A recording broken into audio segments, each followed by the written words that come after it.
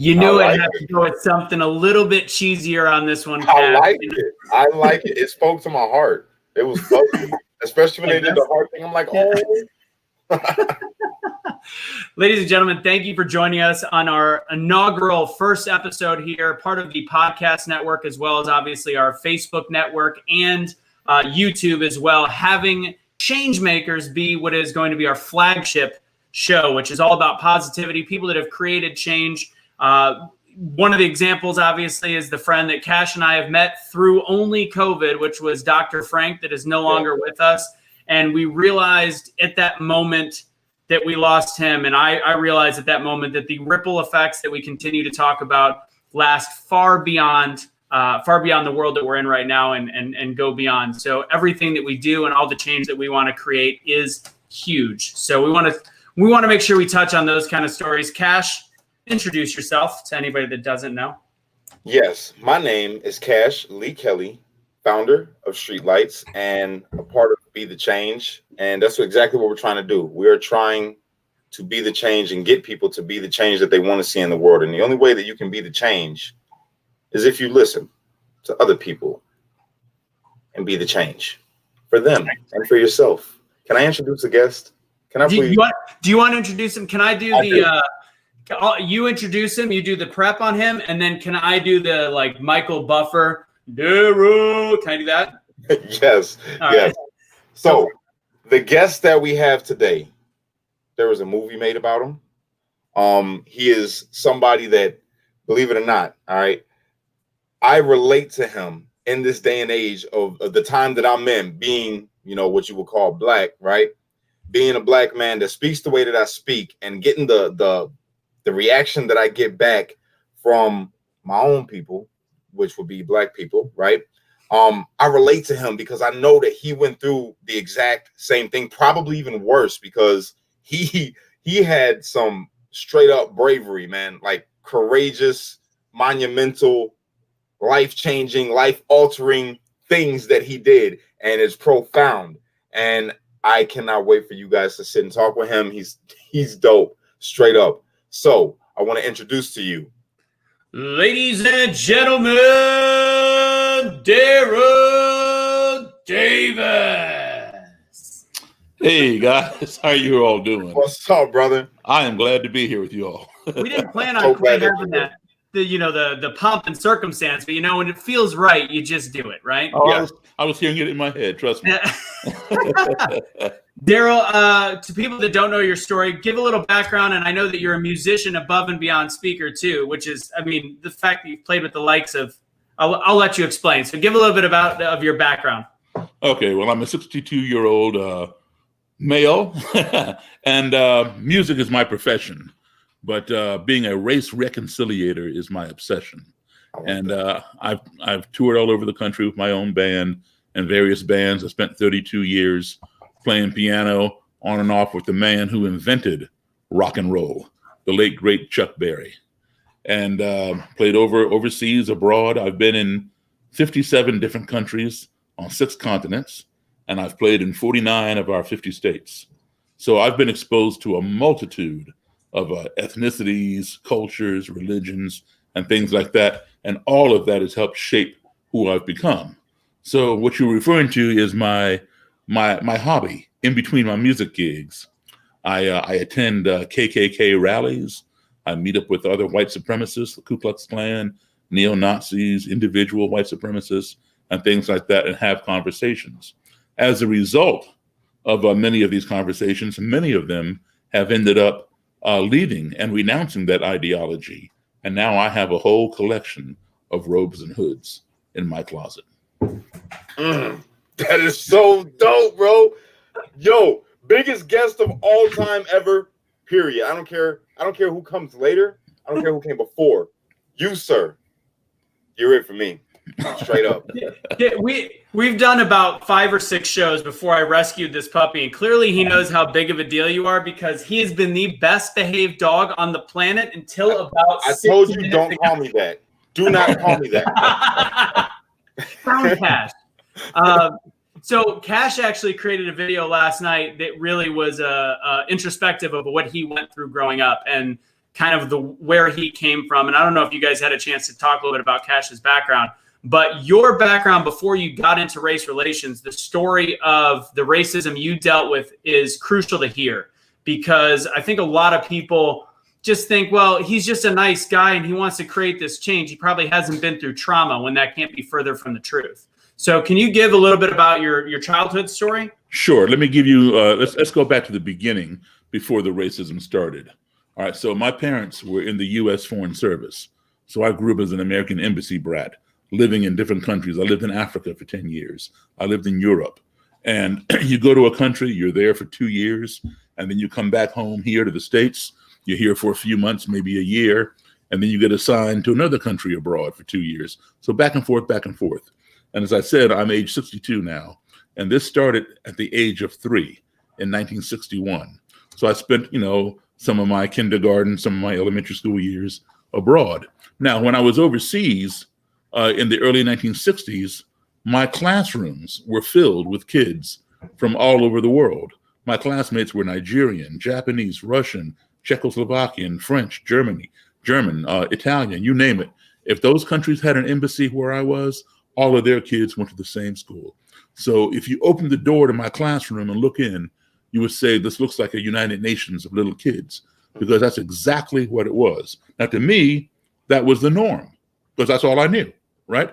But every time I'd come back home here to my own country, I would be in either all black schools or black and white schools, meaning the still segregated or the newly integrated. Even though segregation had was declared to go away, to desegregate in 1954 with Brown versus the Board of Education, it takes time for things to happen. It doesn't happen overnight. So even on into the 60s, even into the late 60s, there were still schools that were segregated because people didn't always live in the same neighborhoods. Blacks lived in this neighborhood, whites lived in that neighborhood. So how do they go to school together, right? So anyway, I would be in these schools, and there was not the amount of diversity in my classroom back here in the States that I had overseas. In fact, when I was overseas, look at it this way, I was living about 10 years ahead of my time. I was living 10 years into the future because that diversity, that multicultural scenario had yet to come here to the States. Today, you walk into a city classroom, there are people from all over, but that wasn't like that in the 60s. So I was already prepared for it. A lot of my peers were not. So one of the times when we came back from overseas, I was age 10 in the 4th grade.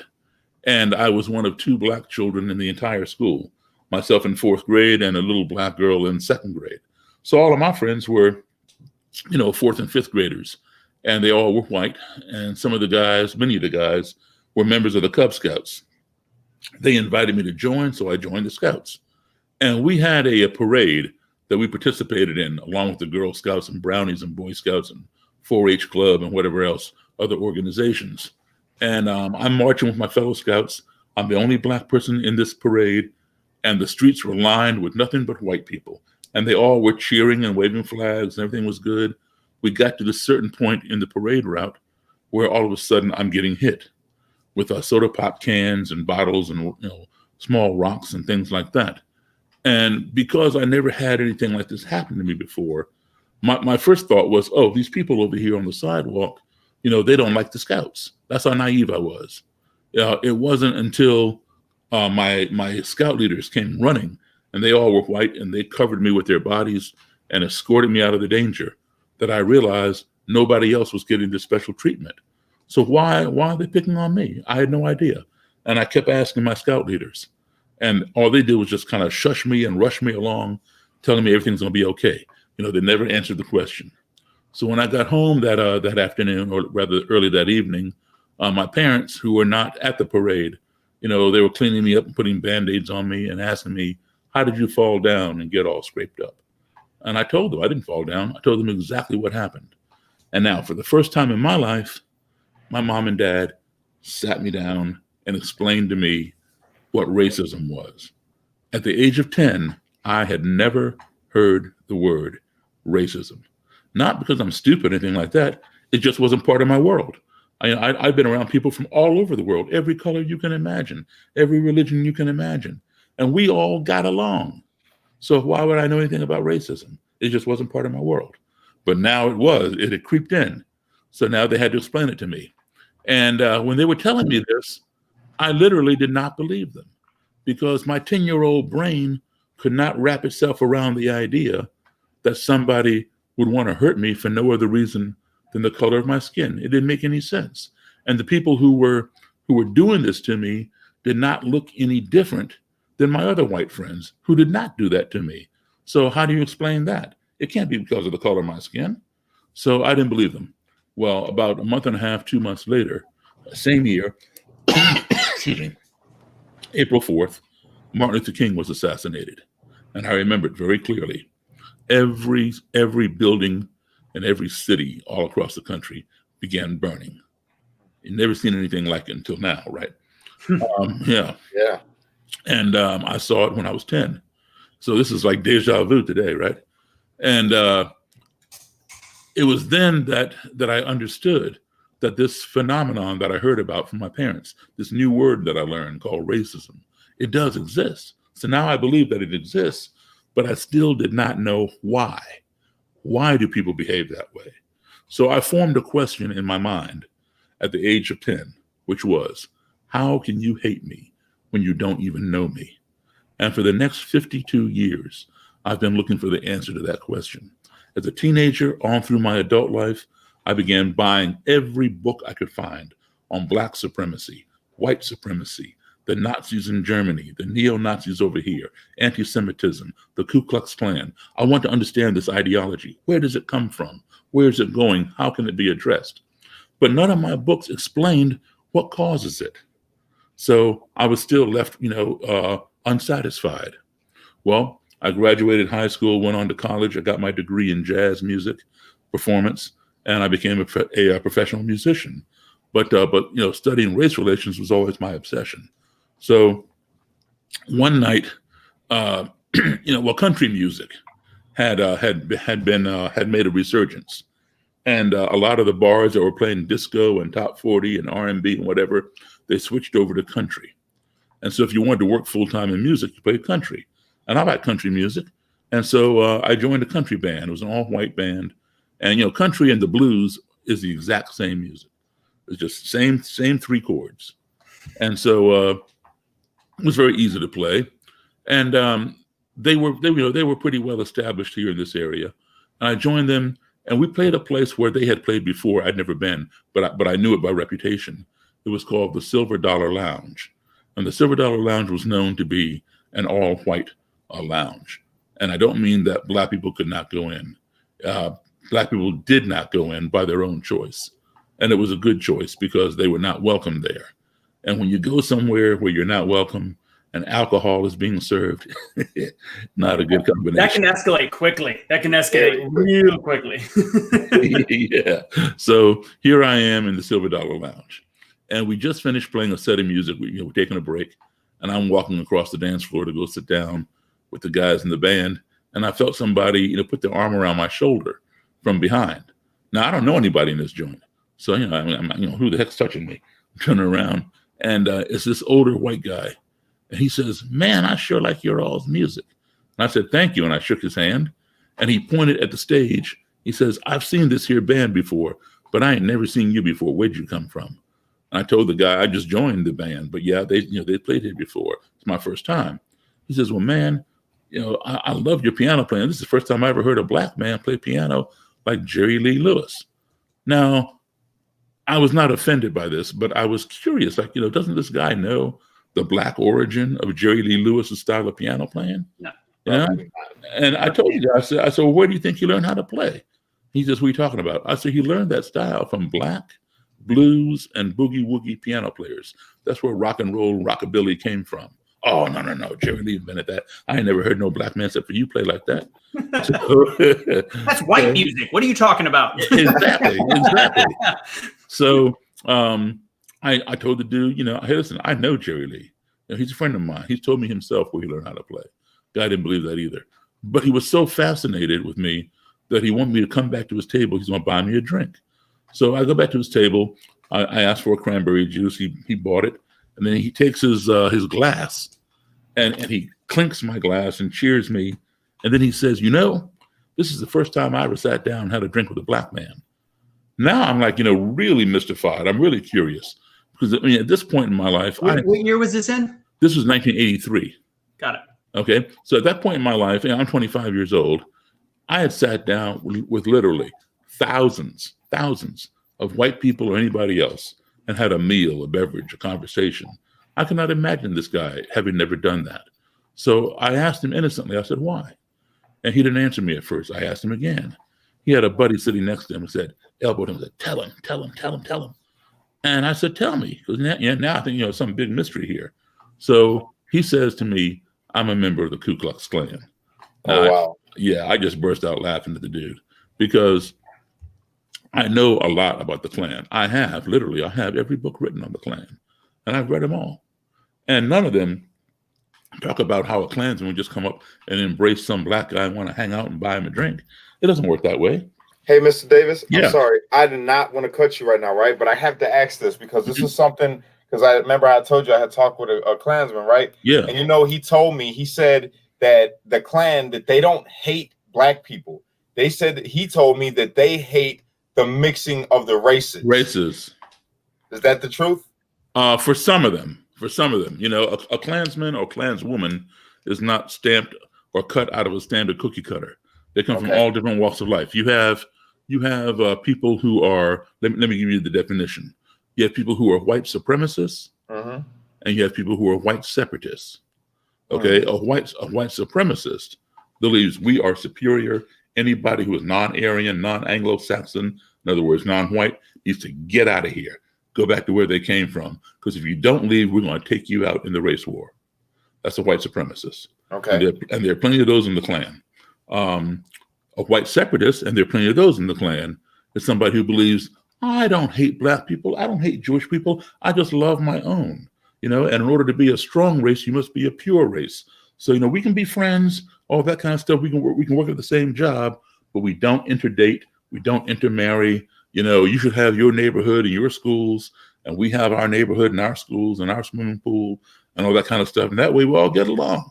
That's a white separatist. Okay. You are amazing, sir. Listen, man, I've been doing this for 36 years. Go right ahead. I didn't mean to interrupt. I just had no worries. Feel free to ask questions because that's how we learn. Yes, sir. So anyway, so the guy gave me his phone number, and he wanted me to call him whenever I was to return. Well, when I started laughing, he went inside his pocket, pulled out his wallet, and flipped through, and he handed me his Klan membership card. I looked at this thing. I'm like, ooh. I recognize the Klan insignia, which is a red circle with a white cross and a red blood drop in the center of the cross. So, this thing is for real, man. I gave it back to him and I stopped laughing. And now I'm wondering, why am I sitting at the table with a Klansman? What's going on here? It's like Twilight Zone or something. So he gave me a number and he wanted me to call him whenever I was to come back to this bar with this band because he wanted to bring his friends, meaning Klansmen and Klanswomen, to see the black guy who played piano like Jerry Lee Lewis. Yeah. So I called the guy every 6 weeks, when we were on our way there. I'd call him in the middle of the week, Wednesday or Thursday, and say, hey, man, we're going to be down at the Silver Dollar Friday and Saturday. Come on out. He'd come out both days. He'd bring, Klan people with him. And they'd gather around near the stage, and they'd watch me play with the band. They'd get out there and dance on the dance floor. And then on the break, I'd make my way over to his table, say hello. And some of them would hang there because, they were curious. They'd hang there and meet me and talk to me. Others, they'd see me coming and they'd get up real quick and zoom across the other side of the room. In other words, we want to look but do not touch kind of thing. So yeah, that's cool. So then at the end of the year, I quit the band and I went back. Yeah, I went. Putting in my resignation, fellas. Is that Mr. Bigsby? Who was the original character?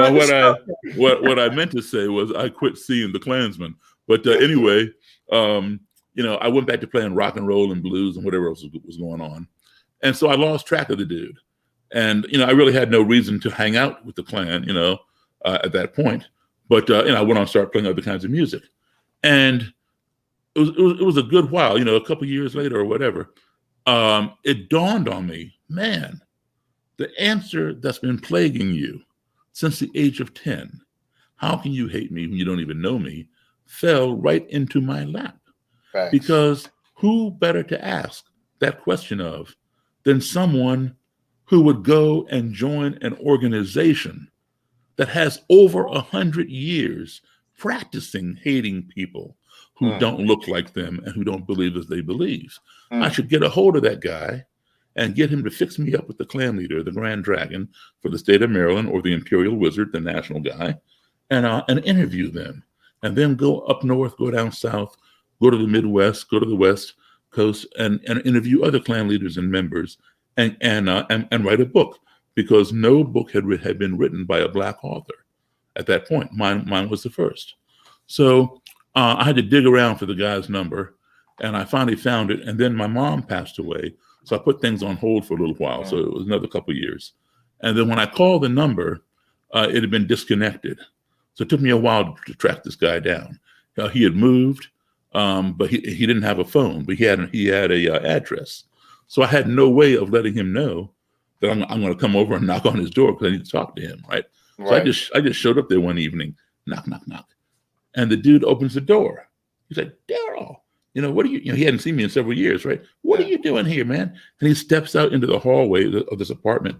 And I looks up and down the hallway to see if I brought anybody with me. Well, when he stepped out of his apartment, I stepped in.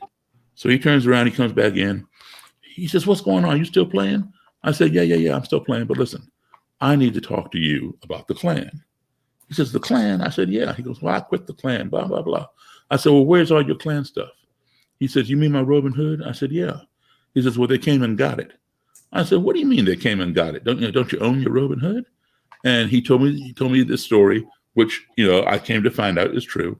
When you join the Klan, if you can afford the Robin Hood and the handbook and all the other stuff that you get when you become a member, you can pay for it outright, and it's yours to take home and keep.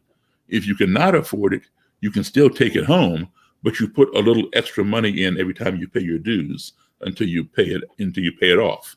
So it's like a layaway, but you take it home. It's like joining a bowling league. It's getting I get it. Yeah. Okay. Somebody paid for mine. With hate. Yeah. So anyway, he told me that when he said he didn't have it, and so he's explaining that he hadn't paid it off yet. So they came in and repoed his Robin Hood, man. So he said that when they came to get it, he couldn't find the mask that covered the face, attaches to the hood. And he has since found it, and he had to return it. I said, well, let me see it. So he goes back down the hall to his room, comes back with this mask, and hands it to me. And I'm looking at this thing. And I said, look, man, do you know Roger Kelly? He said, yeah, I know Roger. Roger was my Grand Dragon. Now, Grand Dragon means state leader. Okay, Imperial Wizard means national leader. So Roger Kelly was a state leader from Maryland, what we would call governor. Imperial Wizard would be what we call president. So anyway, he says, yeah, I know Roger. Roger was my Grand Dragon. I said, listen, I need you to hook me up with Mr. Kelly. I'm writing a book, and I want to sit him down and interview him. He said, oh, Daryl, I can't do that, man. We both will get in trouble. I said, you're not even in the Klan anymore. How can you get in trouble? Oh, no. I cannot take a Black man to this Grand Dragon. Trust me, we will be in trouble. So I said, look, you got to return this mask, right? He says, yeah. I said, give me Roger Kelly's phone number and address, and I'll go to his house, and I'll return it for you. He snatched that thing right out of my hands. Not happening. So I begged and pleaded. He finally gave me the man's phone number and address on the condition that I not tell him where I got it. I said, okay. So then he warned me. He said, Daryl, do not fool with Roger Kelly. Roger Kelly will kill you. I said, well, that's the whole reason why I want to get to know him. I have to try to understand, why would this man kill me? Just because I'm Black, it makes no sense to me. I need explanation. I need to interview him. He says, just be very careful. Don't go there. So I gave the number to my secretary, who's white, and I asked her to call. Now, only reason that I mention it is because I figured if I called him, he might hear in my voice that I'm Black and hang up on me because he don't want to talk to me. So I knew if she called him, she's white, he'd know it's a white person. And so he talked to her. I told her, do not tell him that I'm Black. Just tell him that you work for somebody who's writing a book on the Klan, and would he consent to sitting down and doing an interview with your boss. I said, if he asks what color I am, go ahead and tell him, but don't allude to it. She said, okay. So she called him. He didn't ask what color. We set up the interview, and it was on a Sunday afternoon at 5:15, and we got a room in the motel right above the Silver Dollar Lounge, because the lounge is in the bottom of a truck stop motel. So she and I, her name is Mary, she and I got there super early, several hours in advance actually, and I gave her some money and sent her down the hallway to get soda pop out of the machine and put it in the ice bucket, fill it with ice, get it all cold, so I could offer him a cold beverage when he arrived. I wanted to be hospitable, regardless of what his ideology was. And I had no idea, when this guy sees me, is he gonna attack me? Is he gonna come in the room, sit down and talk, or is he just gonna say, hey, I'm not talking to you, and turn around and walk away? I had no idea. But in any event, I wanted to be able to be hospitable and offer him a cold beverage. So she got all that set up. Now, if you were standing in the hallway of this room, out right outside the room by the door and looking in, you cannot see who is in the room, because there's like a wall and a closet right there. So you got to come in the room, turn around the corner, and the room is back there where you cannot see until you come halfway into the room. So I took the lamp table, I put it over in the far corner of the room where nobody could see me until you came in the room. And I put a chair on one side and a chair on the other side for Mr. Kelly. And I had this little black canvas bag next to my chair, in which I had a copy of the Bible, because the Ku Klux Klan claims to be a Christian organization, and they claim that the Bible preaches racial, separation. So I wanted to be able to pull out my Bible and say, here, Mr. Kelly, please show me chapter and verse where it says blacks and whites must be separate. And I had a cassette recorder. I set it in the middle of the table so I can ask him, is it okay if I record? And I had some blank cassettes in the bag. That was it. So right on time at 5:15 to the minute, there's like a knock on the door. Now, I'm seated back there where you can't see me from the door. So Mary hops up and runs around the corner and opens the door. And in walks this guy. He's what's known as a Nighthawk. Nighthawk means bodyguard, security. So he was the Grand Nighthawk, meaning the Nighthawk to the Grand Dragon. Like an Imperial Nighthawk would be the one to the Imperial Wizard. So he comes in. He's wearing like military camouflage. He got that red circle, white cross, blood drop emblem right here. The initials KKK over here. And embroidered on his cap, it said Knights of the Ku Klux Klan. And on his hip, he had a semi-automatic handgun.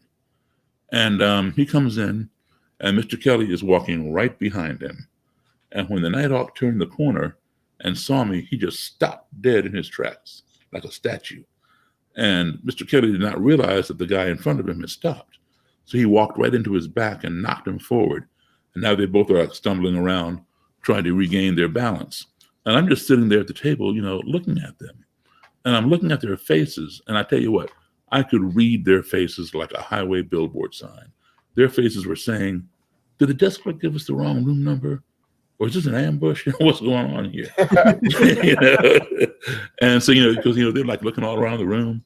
And I realized the apprehension, because, they were expecting a white guy to be there. So, black people don't call up the Klan and say, I want to interview you. Yeah, so, it's not usually a hard decision. Exactly. So, they thought, something was wrong. And I stood up and went like this to show I had nothing in my hands. And I walked forward. I put my right hand out. I said, hi, Mr. Kelly. I'm Daryl Davis. And he shook my hand. Oh. And the Nighthawk shook my hand. I said, come on in, gentlemen. Come on in. Please have a seat. Well, Mr. Kelly sat down, and the Nighthawk stood at attention to this guy's right. And then I had to show him some ID and all that stuff. And then I sat down. We got into this conversation. Now, he allowed me to record it. And every time he would say something about the Bible, I'd like reach down to get my Bible out of my bag. Or if the cassette, ran out of tape, I'd reach down to get a fresh cassette, pop in there. Every time I reached like this, the Nighthawk reached like this, We all did it. We all did it. Yeah. I watched the movie. Exactly. And so, I understood what he was doing, because that's his job. His job is to protect himself and his boss. He doesn't know me. He doesn't know what's in my bag. So he's doing his job. So after a while, he realized that, that there was no threat inside the bag. He relaxed. I went in and out of the bag, no problem. And a little over an hour into this interview, Mr. Kelly and I were just having a casual conversation, and out of nowhere, this noise happened. It was very, very short and very quick. It went, shh. That was it. And we all jumped up like, what?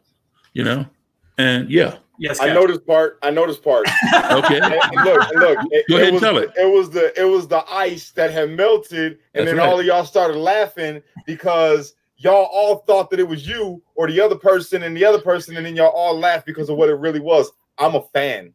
Exactly. I am a fan. Exactly. Can you imagine though how tense that situation is? That gentle of a noise, like when you get that nervousness, like when I've gone on in front of 20,000 people on a microphone, you get that chalkiness that it's a permanent amount. Can you imagine being in that state where you feel as though your life is in danger at any moment? That's absolutely insane that noise can change the dynamic of a room. But absolutely. It's the good. Actually. Absolutely. And I mean, somebody could have been shot over an ice cube, at the end of the day. That's how ridiculous it was. It was very ridiculous. But here's the thing. This was a teaching moment, all right? Because it wasn't a learning moment. The learning would come later. It was a teaching moment. And what it did was it put us all on the same page momentarily, because here we are, we're enemies. He's a white supremacist. I'm a black person. He's in the Klan because he doesn't like black people. All right. But we're sitting in the same room at the same table, having a conversation. We agree on some things, we disagree on other things, but we're not fighting and trying to hit each other and cuss each other out. We're having a conversation. But then all of a sudden, something that we didn't recognize, made a noise in the room. And because we did not know what it was. And when you don't know something, what's another word for not knowing? Ignorant.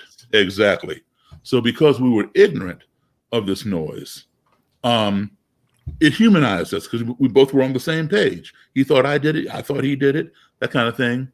And if you don't, because, whenever something happens, and you didn't do it, what you want to do is you want to blame somebody else. Right. Yep. Automatically, right? Even though it may not have been the other person either. Mm-hmm. It was a bucket of ice, right? You just want the eyes off of you.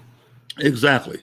So the lesson taught is the ignorance, if you don't check it and cure it, it will create fear, because we fear what we don't know. Yes, sir. Right? And then we become accusatory. I'm going to accuse you because I'm afraid. Right? So if we don't cure the ignorance, it creates fear. If we don't fix the fear, alleviate the fear, that will escalate and create hatred, because we hate the things that frighten us. And the hatred makes us angry. And if we don't check the hatred, that will escalate and create destruction. Yes, sir. We want to destroy those things that we hate. Why? Because they scare us. But at the end of the day, they could have been harmless and we were just ignorant. So check it out. The whole chain unraveled almost to completion. Completion would have been the last component if the Nighthawk took out his gun and shot somebody, namely me or my secretary, or had I pounced across the table and hurt one of them, because I was on my way to do that, because I thought, I feared for my life. Here we go. Yeah. So, I've gone into survival mode.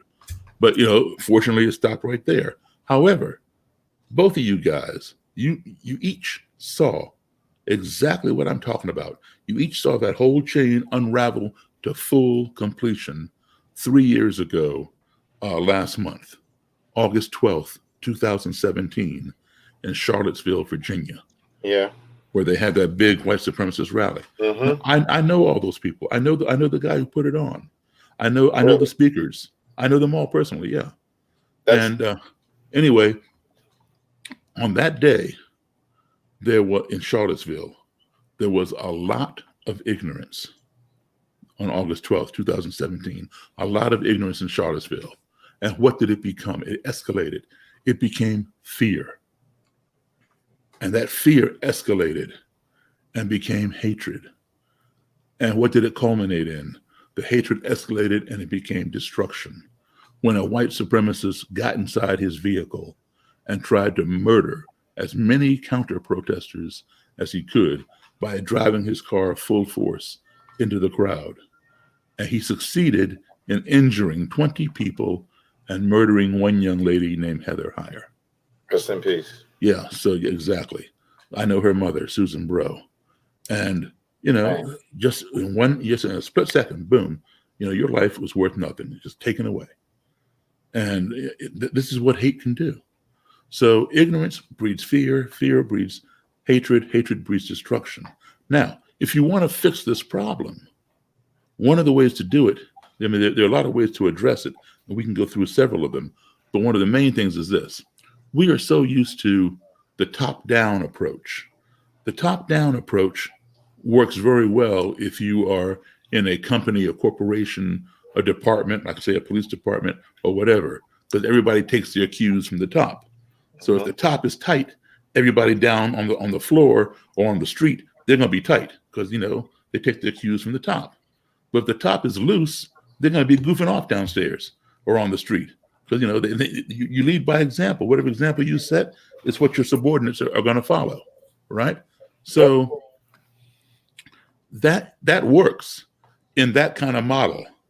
But when you're dealing with racism, you can't use the top-down approach. It's got to be bottom-up, all right? And here's what I'm talking about. At the top of this chain is the destruction. And right below that is the hate. Below that is the fear, and then at the bottom is the ignorance. We keep going to the top. We try to eliminate the destruction.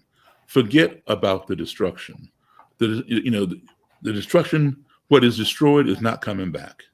All right? We can mourn it, like, for example, George Floyd. George Floyd has been destroyed. He is not coming back. May he rest in peace. We will mourn his loss. All right? But the destruction is not what we should focus on.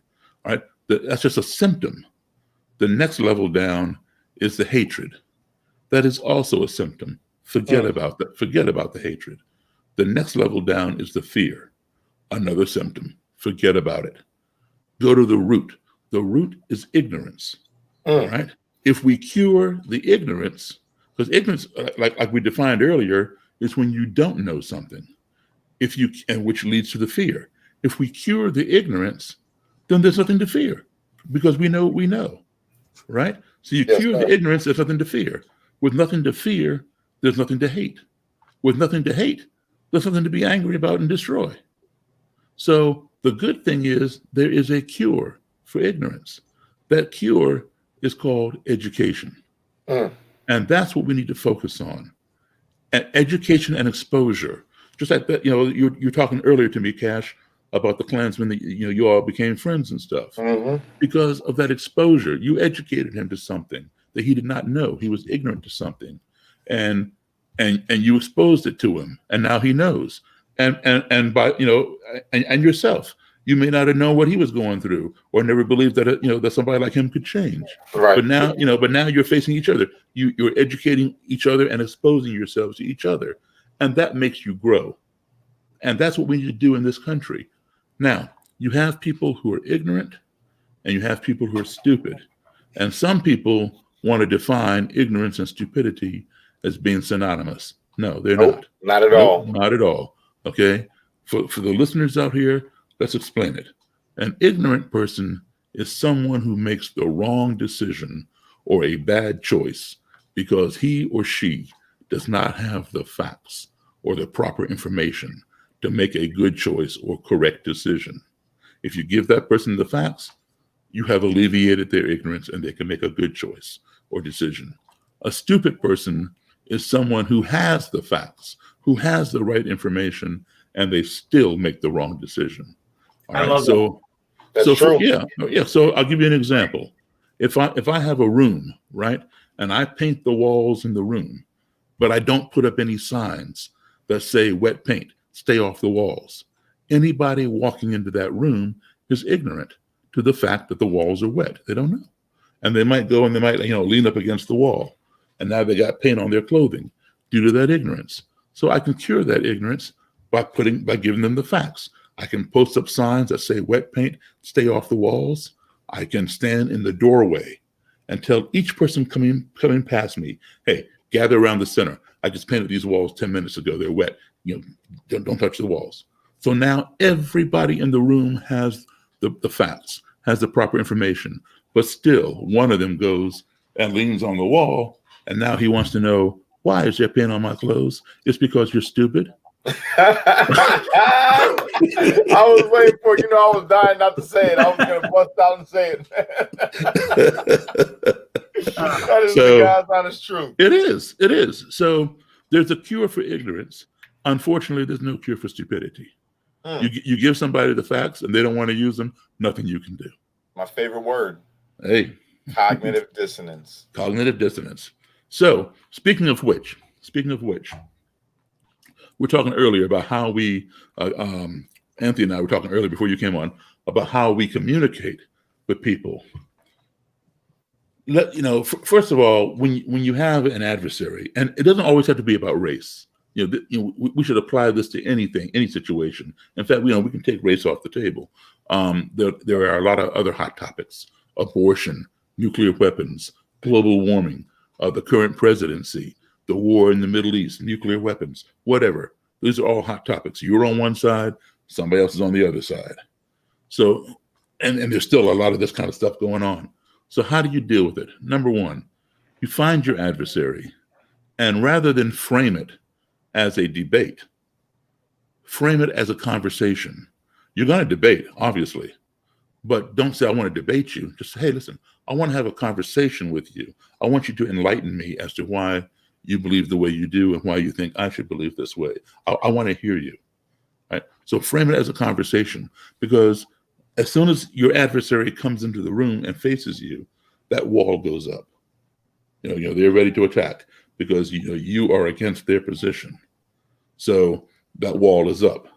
Now, the idea for you is to plant a seed of what you're all about over in their yard. But you can't get over that wall. If you try to plant the seed while the wall is up, it's going to hit the wall and fall right back over in your yard, right?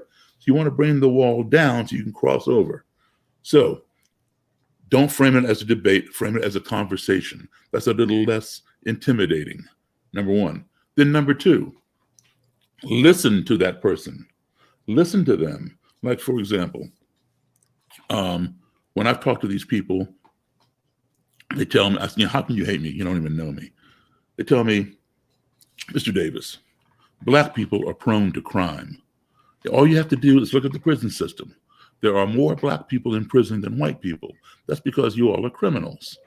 Okay, now I'm sitting there 2 feet away from the guy. I'm listening to this guy insult me, but I don't push back. I give him the respect. I don't respect what he's saying, but I respect his right to say it. Yes. All right. Okay, so I let him get it all out, and then he says, Black people are inherently lazy. We don't want to work. We prefer to scam the government welfare system. We want all the free handouts we can get. And then he goes on to say that Black people are born with a smaller brain than white people. The bigger the brain, the more room, the more capacity for IQ, for intelligence. So the smaller the brain, the less intelligent. All right. So now, and he tells me that this is evidenced by the fact that Black students consistently score lower than white kids on the SATs. Now, again, this is true. This is a half truth. Just like there are more Blacks in prison than white people. That too is true, but it's a half truth because he's not considering the inequity of the judicial system in terms of the jails, nor is he considering the inequality in education in terms of the SAT scores, right? Because you know what? The Black kids, most Black kids who are in school are in the inner cities. And there is not the quality of education that you have out in the suburbs. If you put the Black kids in the suburbs, where there are some Black kids in the suburbs, they score just as high as anybody else and higher than some white people. All right. And the white kids who go to school in the inner city, they score low because of the quality of education. All right. So he's not seeing that. All he's seeing are the results. And that fits his narrative. So I'm just sitting there, listening to him, insult me. And is what he is saying offensive? Yes, it is absolutely offensive. But am I offended? Absolutely not. Why am I not offended by that? Because You're not ignorant. because it doesn't apply to me. He doesn't know what he's talking about. I know. And I know he doesn't know what he's talking about. So why should I be offended by an untruth? Because see, if I started pushing back, that wall would stay up. But the longer I let him talk, the wall starts coming down because I've thrown him off his game. He's never been in a room 45 seconds or more with a black person who didn't push back when you start insulting him. Telling you're a criminal, man. You're lazy. your brain is small. There's going to be pushback. All right, and then the whole conversation, is over. It gets shut down because the emotions get in the way. So by my not being emotional and just giving him the platform, allowing him to be heard. But see, everybody wants to be heard. Everybody, I don't care who you are, where you come from. I've been in 57 countries. And no matter how far I've gone from this country right here to the other side of the earth and met people, I can tell you something. When I got home, I realized something. Everybody I met, no matter how close or how far away, are all human beings. And all human beings want four things. They want to be loved. They want to be respected. They want to be heard. And they want the same thing for their family as we all want for our families. So if you understand that, you can navigate with anybody. So he wants to be heard. So he's saying all this stuff. I'm going to let him be. I'm going to respect him, let him be heard. And then, because the more he's heard, that lowers the wall. All right. And then he feels, wow, this guy listened to me. Now he's compelled to reciprocate and listen to you. So now it's your turn to present your platform. Now, I could, and I would be right. I would be within my right, and I would be right about what I say. I could attack him and say, no. You are the criminal. You are the one hanging black men from the trees and dragging them behind the pickup truck and bombing their churches and going in there and shooting up people and all that. You're the criminal, and all this other kind of stuff. But if I start attacking him, what's going to happen? The wall's going to go back up and you're going to accomplish anything. Accomplish nothing. Okay. So rather than go on the offense, I go on the defense. I keep the wall down. I said, well, Mr. Kelly, I hear what you're saying, but I don't have a criminal record. My parents don't have a criminal record. Nobody in my family has a criminal record. I've never been on welfare. Nobody in my family's been on welfare. I never measured my brain size, but I'm sure it's the same as anybody else's. In fact, my SATs got me into Howard University, and I got my bachelor's degree. Now, I know that he doesn't have the education that I do. All right. I probably have more education in my little finger than he has and his whole clan put together. All right.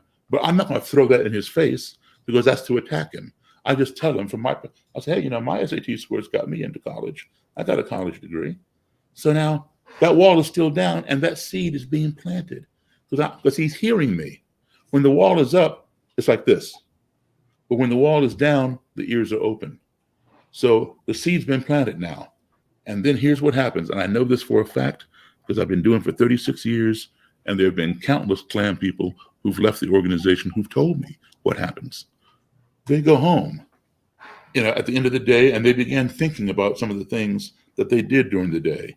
They're like, damn, I just had a 3-hour conversation with a black man. That's never happened before. Normally, we're fighting, and nothing happens. But man, we talked for 3 hours and nobody knocked each other out. And you know what he said about such and such? It makes sense, but he's black. But what he was saying was true, but he's black. So that's the cognitive dissonance going on.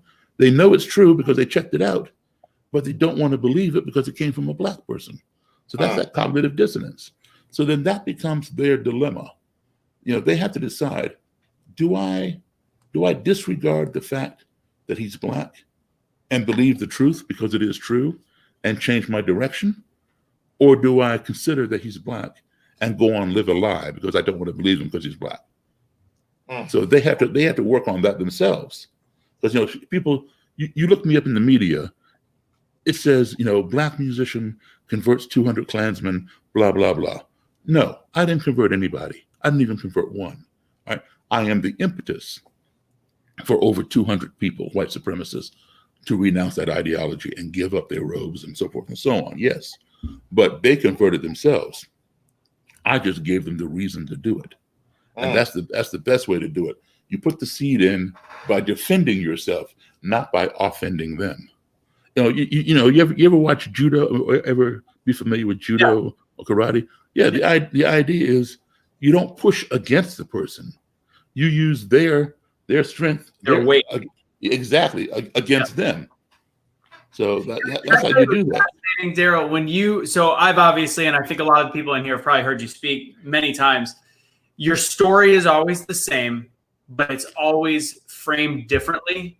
And it's amazing the way that you have so many variations to tell, to essentially teach people these different ways of bridging the gap. And there is no time more important than right now. Literally, right now is and I know you've been around for how old did you say you were? 62? Yeah. So you've been around, you've been around since 1957. You're the same age as my mom. 58, yeah. Your mom's a year older than me. You're younger than my mom. All right. But you've been around to see some stuff. You've seen race wars and relations. And before we get done with the conversation, I do want to ask you, what is it, and you've kind of touched on it, but what is it about right now that just feels different than the past? Is this worse than it was in the 60s? How does this feel to you? It feels great. It feels great. And let me explain that to you. I threw you, right? This is the best time ever.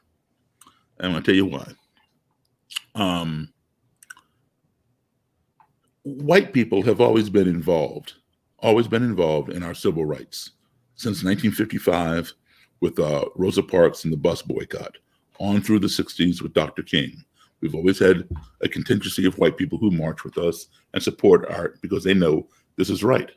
And they know what's happening out there is wrong. And they support us. But we have never seen this many white people participating in our protests and our marches.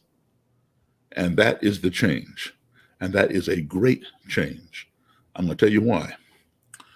In the past, when we've marched, crying out for equal justice, no peace, enough's enough, and all these things, the powers that be, in other words, the white establishment, they see us, they see the sea of black people, they do this. They don't want to hear what we have to say, that they don't care. So they shut us down. But now, when they look at us, they see a whole mass of people who look just like them. And so they're like, huh? So now they're pulling out their earplugs or else putting in the hearing aids, and they're beginning to listen. Never before have we seen this much action happen this quickly, right? In the past, when a police officer has done something stupid or racist, if that person gets charged, and that's a big if that person gets charged and gets fired, it takes months. Today it's happening, boom, boom, boom. Okay, what's the difference? We have a collective voice. It's not just our black voice. It's us working in unison with our fellow Americans that is bringing about that change. Never before have we seen such a ripple effect. These protests today were based on the lynching, if you will, of George Floyd. But they've had, we've been crying out for George Floyd for over 100 years. There have been tons of George Floyds. What made this one different? The number of white people joining in on us, all right? And as a result, that ripple effect grew. This NASCAR banning the Confederate flag. The state of Mississippi, of all places, taking the Confederate flag out of their flag. Aunt Jemima, Uncle Ben's rice, changing the labels. The statues being ordered to come down. This is a ripple effect. We didn't expect that, all right? And what is doing it is that collective voice. Now, let me give you another example of that collective voice. Black people did not put Obama in the White House. Nope. Exactly. White people put him in the White House. Why? Because we are only 12% of the population. And not all 12% of us are registered to vote. Not all 12% of us are old enough to vote. And even if every Black person in this country, including little babies born yesterday, could vote, that still would not be enough without the white vote to put that man in the White House. We're only 12%. We needed more. All right. 20 years ago, Obama never could have won because there were not enough white people. The attitude was not right yet to vote for a Black man. And there have been plenty of Black people who are capable of running this country 20 years ago, 40 years ago. All right. But they were not ready to vote for one. So by 2008, there were enough white people who were of the attitude, that guy has some good policies. He's got my vote. That collective voice is what brings change. We saw it with Obama, and we're seeing it now with the protests. This is what we need to focus on, bringing people together for the common cause. Yeah, Kelly. Okay. Kash. First off, I just got to tell you, man, I love you, and I think that you are brilliant, and I am so honored to be sitting here talking with you. And I agree with you totally on the people coming together. My only thing is, because of my own studies that I've been in and being out in the hood and seeing how things are, is they're coming together, in my opinion, for the wrong reasons. Now, I can see if they came together and said, look, we're going to fight injustice and we're going to come out and we're going to fight all types of corruption. But instead, what we're seeing is white people that have white guilt coming out and supporting a movement that really doesn't support the Black man. It literally, their whole movement is to break down the nuclear family in their own mission statement. And then on top of that, you got these leaders coming out when, like you said, changes are being made. They are arresting more cops. They are, standing up for the things, right? But they're telling people to go ahead and riot and loot. It's okay because it's a form of reparations. Then you have the guy on the stage with the bullhorn that we showed the other night. He comes out and calls for the destruction and violence, basically, towards white officers and Congress and all these things. And then here's my biggest thing is that, yeah, they're coming together and we are seeing cops being punished, but they're not punishing the cops that need to be punished. Now they're targeting police officers that just happen to had to have used their firearm, and instantly they're getting fired or they're getting reprimanded just because emotions are so high. So they're not looking at whether this cop was in the wrong or if he was in the right. They're allowing the bad cops to stay getting away with stuff while they're punishing the good cops that are actually out there doing their job right and aren't against us. And they're leaving the ones that are against us on the force. So really what has happened is, yeah, we're seeing an influx of white people that's coming together and standing with Black people, because this is, honestly, I don't see no men like myself out there. I don't see no men like you that's out there that really are willing to listen and willing to have the dialogue. It's literally a bunch of angry young people that didn't have fathers in the home. It's literally I'm sorry I got to say it like this, but a lot of LGBTQ people that are out there. It's a lot of angry young women that are out there. It's not that, like, when they came to Chicago, we ran them out. We didn't want BLM over there. So they got ran out because we understand that they're not for us. They show up for a scratch on the finger and not the head wound, not the shoulder wound. You know what I'm saying? They show up for the scratch on the finger, which is like 1 or 2% of what is really the problem within our community. You know what I'm saying? The real big problem that we have. And they don't want to address the other wounds, but they'll come out for the scratch and then tell you to tear up the country over it. And then to see white people supporting that, the white people that did come out to support that, to me, it's like bizarro world, because if Dr. King was alive or Malcolm X was alive, they wouldn't be standing with with none of that. They'd be like looking like, yo, y'all are standing together for the wrong thing. Yeah, you got the right idea of coming together, but when you unite people under a banner of destruction and a banner of anger and a banner of hate, then it's no better than the KKK. Right. But here's the thing with BLM, and I'll tell you what I think is great about it. I'll tell you what I think I don't support at all. All right. I separate the protesters from the rioters and the looters.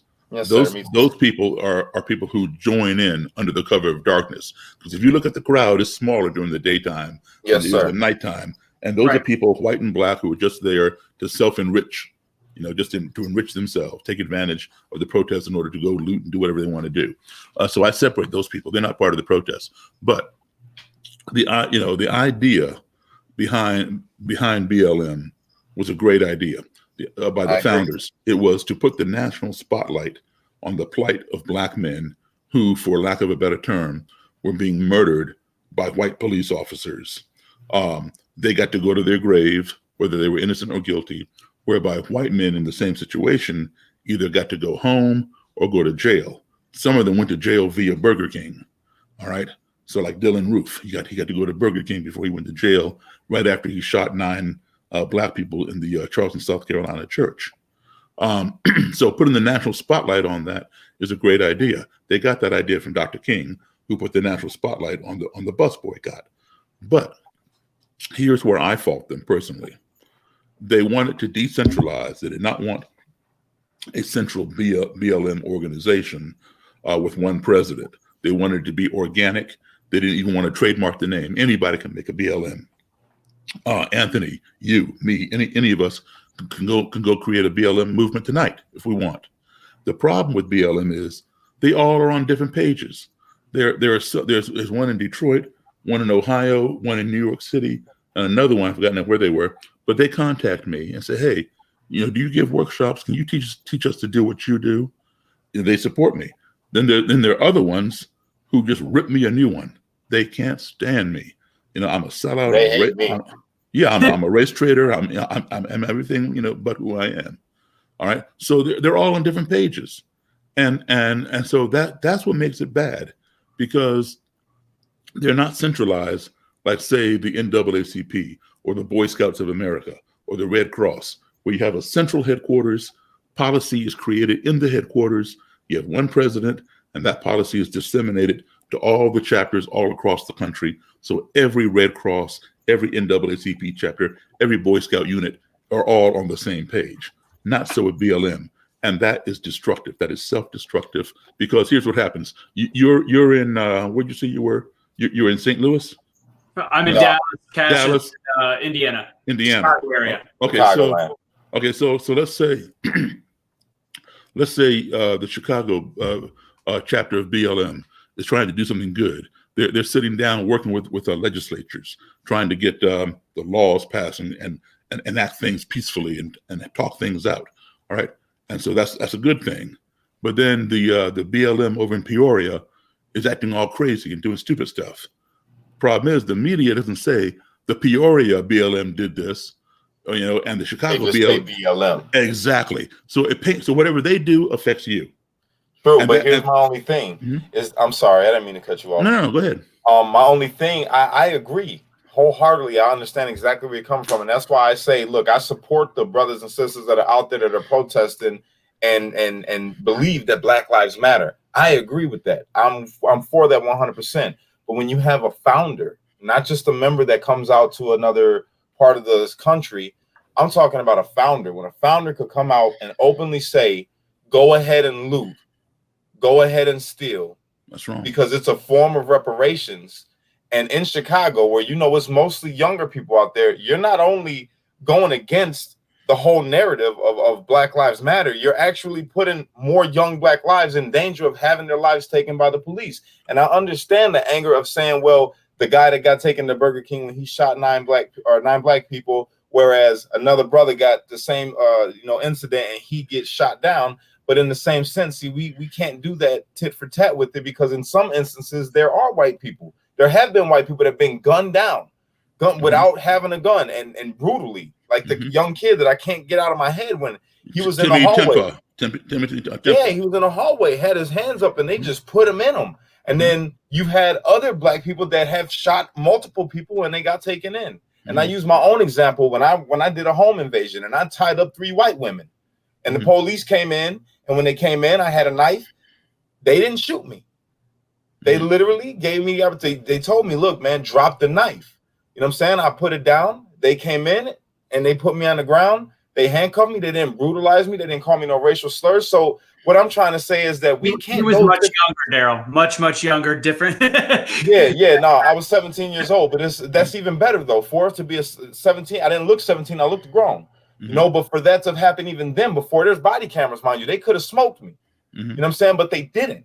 And that to me, it shows the narrative is false, that it doesn't always happen like that. It always depends on the circumstance. It depends on the police officer. It depends. There's a lot of different factors. Maybe the cop is racist that did something like that. Maybe the cop was a white supremacist that took that guy to Burger King. But those are the things that we need to look at and be like, okay, let's put the microscope on that police department in particular. Why did you take that kid to Burger King after he just did a horrendous crime? And why did you actually kneel on him for 8 minutes? Why didn't you get up and put the microscope on the bad police officers and the ones that do things that are questionable instead of punishing all police? Because it's just like how we view, like with you, like we give everybody a chance, you know? Right. Let them speak so we can understand. Well, we have to do that same thing with the police because not all police are bad. I didn't say they were.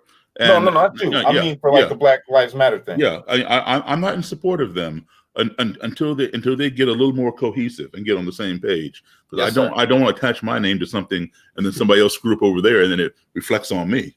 Yeah. You know. Okay. So here's one of the problems with police. I support law enforcement. I support cops doing their job, but I don't support them when they don't do their job. But here's the problem. We only talk about 2 categories of police. There are actually 3 categories, and the third category is very rarely talked about. All right, we all know what bad cops do. All right, and the second category is the good cops. What good cops do is this: they don't do what the bad cop does, but they turn a blind eye. They won't tell on the bad cop because of that code of blue, right? So they don't snitch on each other. Yes, sir. Okay, so that's a problem. And then you have the third category, which is the minority category. I don't mean minority in terms of skin color. I mean in terms of numbers. Small. Okay. That third category is the honest cop. You got the bad cop, the good cop, and the honest cop. The honest cop will tell, and as a result of him snitching on his fellow brothers and sisters in blue, he jeopardizes his own safety when he goes on a call and he needs backup because there's a shootout or something, and his name goes over the dispatch. People say, I'm not gonna go help him. He told, and then you let him hang there by himself and get shot. All right. You're definitely right. I spoke on that. You're definitely right. Yes. Okay. So what we need to help them out, because I'm telling you right now, a good cop who does not tell on the bad cop might as well be a bad cop. Definitely. It's like, hey, I didn't shoot the teller. I just drove the getaway car. Yeah, well, guess what? You still robbed the bank. Exactly. Okay. So the good cop is complicit. Just like those guys who were holding Mr. Floyd down, they weren't the ones with the knee on the neck. That was only one cop. Complacent. They're complicit. Exactly. All right. So we need a mechanism by which the good cops can report the behavior of their fellow bad cops without fear of ramification, where they won't get in trouble from other cops. They can do it anonymously or whatever. We need that kind of mechanism. Can I tell you what you actually just taught me, Daryl? And I've just been listening because we don't fully agree, and that's life. But there is some really interesting similarities. We were talking about Black Lives Matter and the way you mentioned how one small city area is good, and then the next city is bad, and we group it all together. And what's interesting is Kash and I have talked to a lot of police officers recently, and there are a lot of police departments where cops, like, we tell on the crappy ones all the time, but that's not the whole. So now the same organizational issues that you mentioned in Black Lives Matter is part of the reason why people have that emotion built up against police, because although it is probably way better organized than BLM, the way that you explained the two made sense to me, because now I can see that just because I know a bunch of cops that are good and their departments do it the right way, and they do have the anonymous snitching or a report line or whatever it might be, not all of them do. So then it all of a sudden, the same reason why I get really frustrated and angry and Kash does at BLM is actually just another person's perspective on why they get police. So that was That's what I'm saying, Daryl. That was you're brilliant. amazing, You man. explained it to me, because honestly, I don't think I would have ever put those two together. Me neither. That was fascinating. The way Definitely. you did that. We're almost out of time with you, and I did not expect us to go through the Black Lives Matter discussion, and I more than appreciate that you did that with us and took us down that tangent. Well, listen, let's just call this part 1. We'll do a part 2. Hey, I'm down. I would love to. Let's. All right. If you are down with that, we'll set that up again. Because I would love to also. I think I love your story, and we didn't even get to the full meat and potatoes. But ultimately, he's 200 people indirectly have left the KKK. That first person he spoke of. How many years did it take for you to get them out of the KKK? Well, again, they're not cut from a standard cookie cutter. They want some months, a year, years. It depends upon where they are in their mind. What was that the first story? The serial killer? I told it tonight, you mean, or in general? No, in general. The guy with where you met, and I'm drawing a blank on his name right now. Roger Kelly? Yeah, Roger Kelly. Thank you. Uh-huh. How long did it take for him to denounce the KKK? That was about 6 years. That's amazing. Yeah, but there have been others who only been a month. Understanding, Roger Kelly went from Grand Dragon to Imperial Wizard, which means national leader. So he's got a big following. So when you have power, you don't want to get off that throne. Yeah. So there's a lot more cognitive dissonance, right? And so, he has to think, how do I tell my people, all these followers, that I was wrong? Because they're all looking up to him. They're worshiping him because they're followers. They're following their Imperial Wizard. And now my Imperial Wizard is telling me he was wrong. Do you really want to do that? He has to think about it, but he did it. That's so I give him credit for that. Yo, Mr. Davis, I just got to tell you, man. Call me Daryl, man. You make me feel old. Hey, my bad, Daryl. Yo, Daryl, I admire you, man. Like, you have no idea. Straight up, you educated me tonight. Straight up, I appreciate it. Well, that's what it's about, educating each other, man. I'm learning stuff too. And I needed that. I think Kash and I needed it because both of us have been a little hot the last couple of weeks because we're seeing some issues and we're getting to a point of frustration. And you reminded us too that no matter what, no matter how right we think we are, that wall is not going to come down if we don't take a beat. Take a second. And we've been good at it to a point, but we've started to stray lately. And I think that set us back. Yeah, this is perfect. And I do want to tell you the reason why this all started. I got to give a shout out to one of our fans because I posted a story that just so happens Daryl knows this person, Chris Buckley's story of how he denounced the KKK. We were talking about it before the show. And on that post, Kristen Commander decided to say, hey, you really need to look at Daryl Davis's story. And I go, I've heard of this guy before, but I've never really put the name with the face. And that's how this all started and motivated me to make sure we started Change Makers. So since you're down with another show, we'll talk about it afterwards. Do you have any final nuggets of if people want to be a change maker out there? What's the advice? What's the best piece of knowledge you can give? Okay, listen. Our society, our country, your country can only become one of two things. You can become number one, that which we sit back and let it become, or it can become number two, that which we stand up and make it become. So we have to ask ourselves the question, because nobody can answer it for you.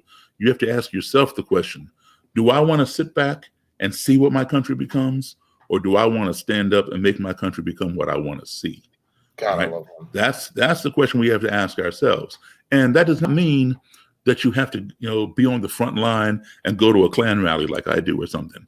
I'm not asking anybody to do that, okay? There are all different facets where people can contribute to changing the country from behind the scenes. Get the word out. If you're legal, represent people legally, whatever. They're all just like watching a movie.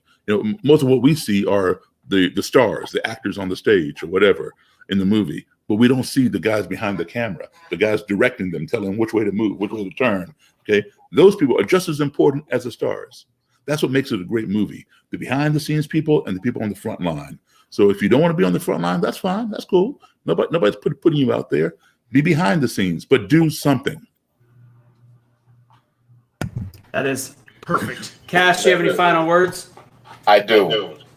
Final words from me. I just want to say, First off, thank you so much, Daryl, for coming on. I can't wait to talk to you more, man. I'm excited about it, and this has been an honor. And My pleasure. You're amazing, man. You're an inspiration to me, straight up. Thank you. Also wanted to tell you guys, look, first off, I got to say this real quick. I apologize to a lot of you guys because maybe I have been going a little bit too hard on one side, and that's not the way to unite. So I'm going to do my best to not do that. And I'm going to try to bring the wall down by listening and respectfully reply, being defensive instead of being offensive. So I apologize, and I'm going to do my best to be better with that. That being said, unite, don't fight, be a street light, because only you can be the change that you want to see in the world. When you get too stressed out, breathe, America. Change makers, baby. Oh, yeah. Thank you, Kash. Daryl, I'm going to pull you in back real quick. Just hang out for a split second, and we'll be right back there with you. I think this dog is going to tear apart my house. Thank you. Thank you again, Daryl. Hang out for just a second for us. All right. Kash, first off, I can't believe if you look at when people turn negatives into positives, you look at where this year started, and then all of a sudden it goes from having a conversation with 50 people watching, talking about race relations and how to improve. And then I meet you, and then our platform grows and our voice grows, and we have the opportunity to make multiple shows, and one of those now being Change Makers, and being able to have a conversation with Daryl Davis. And as much as I could see both of us getting listening at one point, and also watching the people on the outside making comments like, I can't, I don't, and then finding a way that he still is able to bring together a completely different perspective and do exactly what we were trying to preach and not always practice in the last week. Yes. And dropping that wall. And that to me is exactly what this show is about. And definitely appreciate you being on here with me, Kash. And hey, brother, anytime, man. You know it. Unite, don't fight, be a streetlight, and how about be a change maker as well? Oh, do you want to do it? Go ahead. Let's do it. Let's do it. Ready? Unite, don't fight, be a streetlight, because only you can be the change that you want to see in the world. So be a change maker. And when you get too stressed out, remember, breathe, America. Woo! Yeah, brother! Huh?